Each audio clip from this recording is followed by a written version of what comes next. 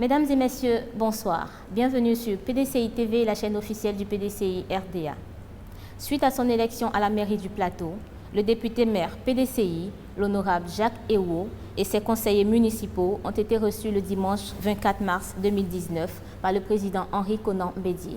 Suivons cet élément. 6 mois après l'élection municipale, M. Jacques Ewo a été investi par le conseil municipal du Plateau le samedi 23 mars 2019 par 13 voix contre 12. Il a été reçu avec ses conseillers par le président du PDCI RDA, son Excellence M. Henri Konan Bédié, le dimanche 24 mars 2019, qui leur a demandé de se mettre au travail. Merci, félicitations à tous. Malgré les difficultés, tout finit bien. Vous devez ramener le calme maintenant et vous mettre au travail. À la fin de cette rencontre, le député maire du PDCI RDA a donné ses impressions. Merci à la population ivoirienne, merci à la population du Plateau. Merci également à tous les conseillers que vous venez de voir, puisque nous avons eu donc notre installation, l'élection du conseil municipal qui s'est passée dans de très bonnes conditions. Il était important donc aujourd'hui qu'on vienne voir le président du PDCI RDA pour lui dire que ça s'est très bien passé et lui dire également que nous avons toujours besoin de ses conseils pour que nous puissions maintenant nous mettre au travail au sein de la commune du Plateau. Au cours d'une réunion tenue aujourd'hui au ministère de l'Intérieur, la victoire du maire du Plateau, l'honorable Jacques Ewo Gabriel, a été confirmée. La passation des charges est prévue pour demain mardi à 12h. L'heure est à la sensibilisation et à la mobilisation. Après l'installation de la coalition des présidents des jeunes des partis politiques de l'opposition le vendredi dernier, c'est au tour de la jeunesse du PDCI scolaire et universitaire de se retrouver pour définir leur rôle au sein de la grande famille du PDCI RDA. La coalition des élèves et étudiants du PDCI RDA a organisé le samedi 23 mars 2019 une conférence publique. Thème de la conférence, la JPDCI scolaire et universitaire, rôle et organisation au sein de la grande famille du PDCI. Le conférencier a saisi cette opportunité pour encourager les jeunes, faire des lances du parti à aller de l'avant et à s'engager dans la lutte politique. Je voudrais dire que notre présence ici se justifie par le fait que les jeunes, c'est le fait des lances d'un parti politique. Et quand les jeunes organisent une cérémonie, on doit les assister pour les encourager à aller de l'avant. Parce que ce n'est pas de tout repos militer dans un parti. Et comme l'avenir d'un parti appartient aux jeunes, nous sommes obligés d'être toujours derrière eux.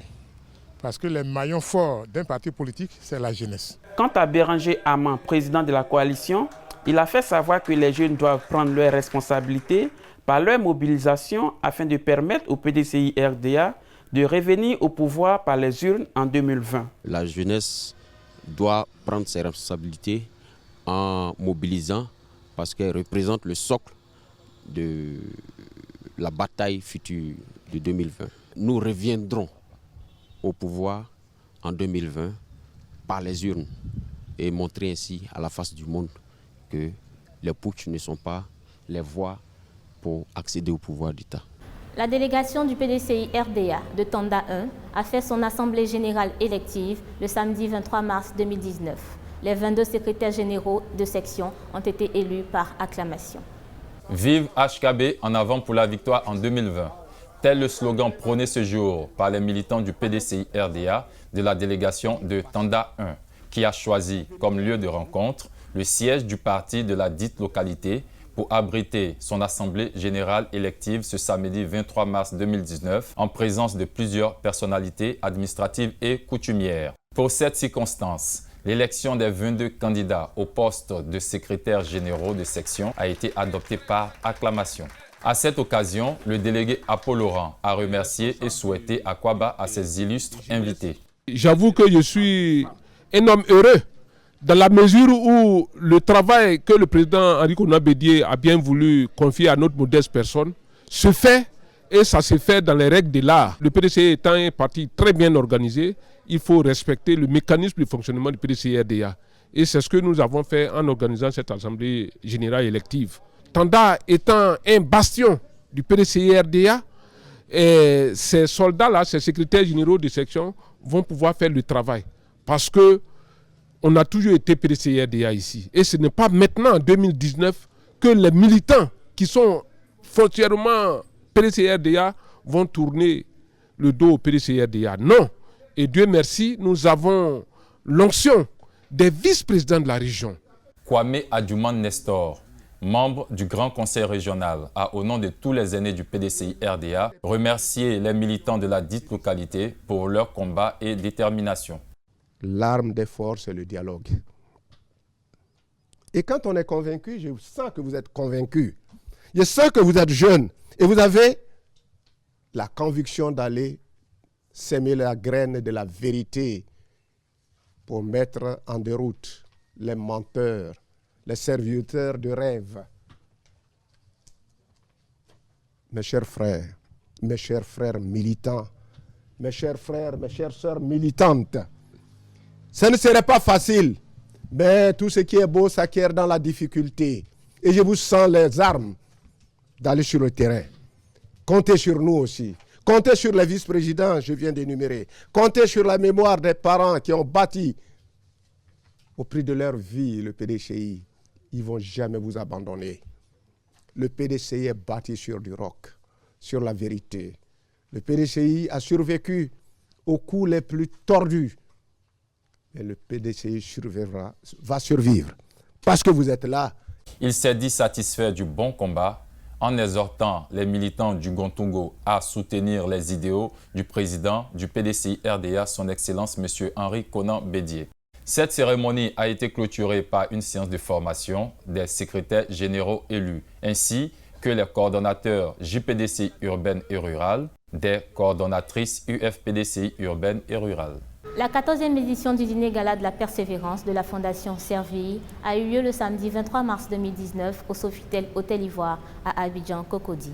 Les partenaires et donateurs de la Fondation Serville de Mme Henriette Konan Bédié se sont une fois encore mobilisés pour la cause des malades du rein. Ils l'ont démontré lors du 14e dîner gala de bienfaisance qui s'est tenu le samedi 23 mars au Sofitel Hôtel Ivoire à Abidjan, Cocody. À travers leurs différents dons et soutiens, les partenaires entendent ainsi donner de l'amour et de l'espoir aux malades du rein.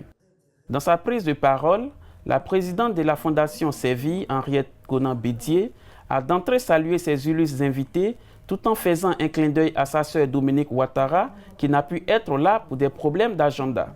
Serville a mis un point d'honneur sur un projet majeur qui est la construction et l'équipement d'un centre médical de dialyse et de greffe rénale à Abidjan.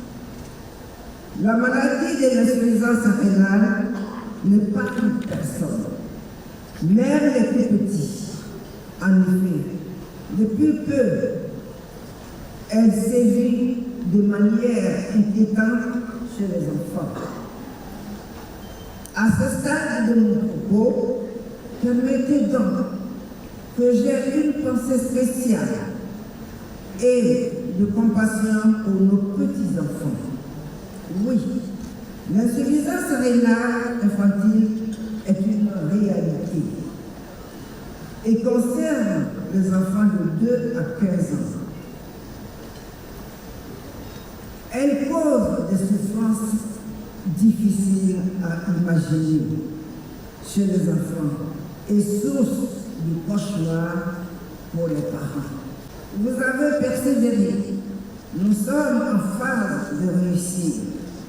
Avec cette vertu cardinale, des personnes de grand caractère que vous incarnez, j'ai foi que l'inauguration du Centre international de dialyse et de greffe rénale d'Abidjan aura lieu dans un proche avenir. Évoquant l'état d'avancement des travaux de la construction du centre d'hémodialyse, la présidente de la Fondation Serville a encore sollicité le soutien de tous pour son achèvement. La vente aux enchères qui s'est faite sous la supervision de Maître Oku Yves, issu des justices, a été marquée par Diom Soro et Jano Aoussou. La première partie, dont l'objet à vendre était un bijou en or jaune 18 carats, a été remportée par le président du Sénat, Jano Aoussou. Quant à la seconde vente, elle a été décrochée par Diom Soro. Il s'agissait d'un magnifique tableau en portrait photo du célèbre saxophoniste Manu Dibango. Notons que ces 2 objets ont été offerts gracieusement à Mme Henriette Konan Bédié. Cette soirée a été marquée par plusieurs prestations artistiques, en l'occurrence Magic Diesel, José et Serge Beno.